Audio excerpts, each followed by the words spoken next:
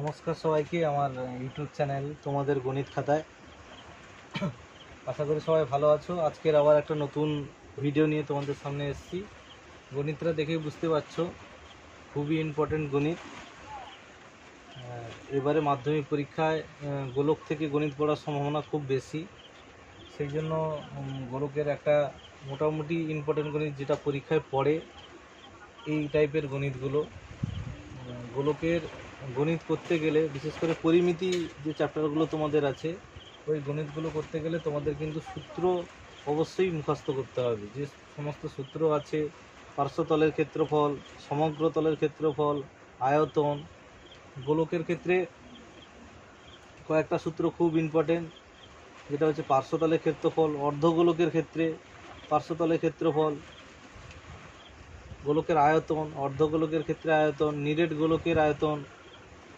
দেখো সেরকম একটা গণিত মোটামুটি তোমরা বুঝতে পারছো। তোমাদের 9 দাগের গণিতটা, গোলকের যে 9 দাগ, একটাই মাত্র তোমাদের চ্যাপ্টার আছে, সেই একটা চ্যাপ্টারে 9 দাগের যে গণিতটা আছে, 3 সেমি, 4 সেমি ও 5 সেমি দৈর্ঘ্যের ব্যাসার্ধে 3টি নিরেট তামার গোলক গলিয়ে একটা বড় গোলক তৈরি করা হলো।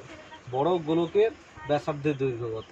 তাহলে 3টে গোলক, ধরো আমি তোমাদের ছবি দিয়ে বোঝাচ্ছি। 3টে গোলক সাইজ, ধরো এরকম একটা সাইজ আমরা যদি ধরে নিই, 3টে গোলকের সাইজ।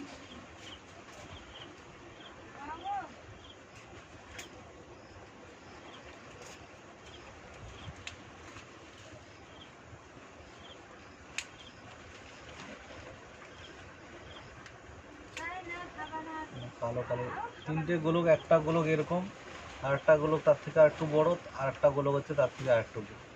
এরকম 3টে গোলক, 3টে গোলককে গলিয়ে, নিরেট গোলক গলিয়ে আমাদের একটা বড় গোলক তৈরি করতে হবে। একটা বড় গোলক তৈরি করতে হবে। এদের দেওয়া আছে 3 সেমি, এটা দেওয়া আছে 4 সেমি, এটা দেওয়া আছে 5 সেমি। আর এটা কত হবে? তাহলে গণিতে আসি। দেখো তাহলে 3টে গোলক, তাহলে আমাদের কি লিখতে হবে? যে গোলকের আয়তন, একটাই মাত্র সূত্র এখানে অ্যাপ্লাই করতে হবে, একটাই মাত্র সূত্র। আর কিভাবে, কত সহজভাবে গণিতটা করা যায় সেটা তোমাদের বোঝাচ্ছি। দেখো তাহলে লিখতে হবে কি, যে আমরা জানি,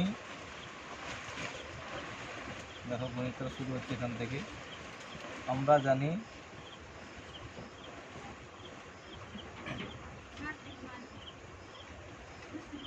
গোলকের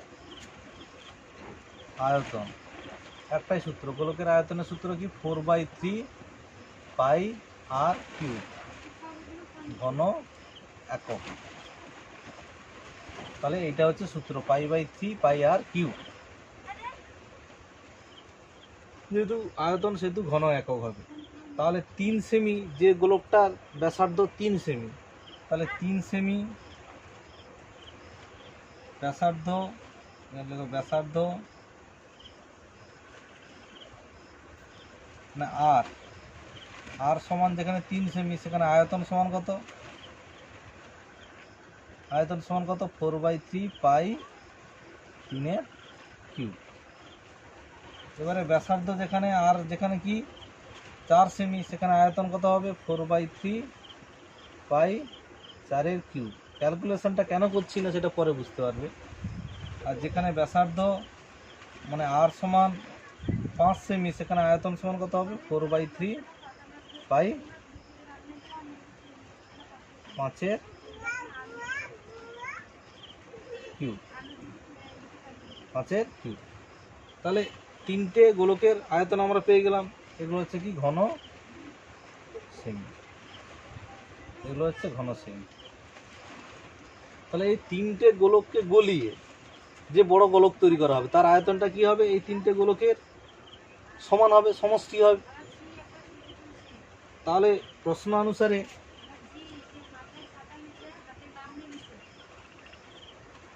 বা শর্তানুসারে নতুন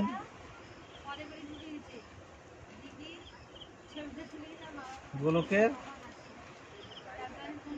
আয়তন কি? সেই একই সূত্র, 4/3 পাই আর কিউ সমান কি হবে? 3টে গোলক যোগ করে দিই। একটা হচ্ছে 4/3 পাই 3 কিউব প্লাস 4/3 পাই 4 এর কিউব প্লাস 4/3 পাই 5 এর কিউব। তাহলে এটা হয়ে গেল। তাহলে বা কি লিখতে পারি, 4/3 পাই আর কিউব সমান কি, এ তিনটে থেকে কি কমন আসছে দেখো, 4/3 পাই 4/3 পাই 4/3 পাই।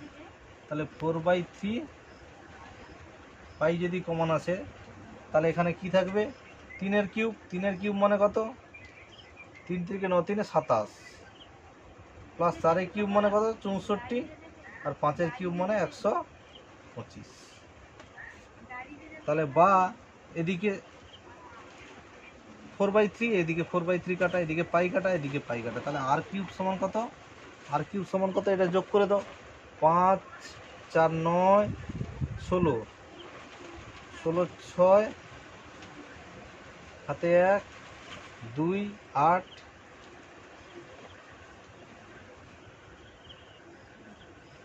2 8 9 10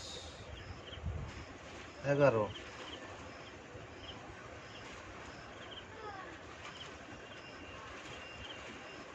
কত হচ্ছে 216। তাহলে আর কিউব সমান 216 হচ্ছে। তাহলে 216 সমান কত, 216 মানে কার কিউব, 216টা কার কিউব। তাহলে 216 কার কিউব আমরা কি করি, 216কে ভেঙে নাও, এমনি আমি বলে দেবো কার কিউব, কিন্তু তোমরা কি করো 216কে ভেঙে নেবে। তাহলে 216কে 2 দিয়ে ভাঙো, তাহলে কত হচ্ছে 2 1 2 108, আবার 2 দিয়ে ভাঙলে 5 4, 2 দিয়ে ভাঙলে 27, 2 দিয়ে ভাঙলে 3 3 3, তাহলে 3 দুনে 6 এর কিউব, 3টে 3 পাচ্ছি আমি, হ্যাঁ, তাহলে 6 এর কিউব, তাহলে 6 এর কিউব সমান হচ্ছে 216। তাহলে আর সমান কত হবে 6।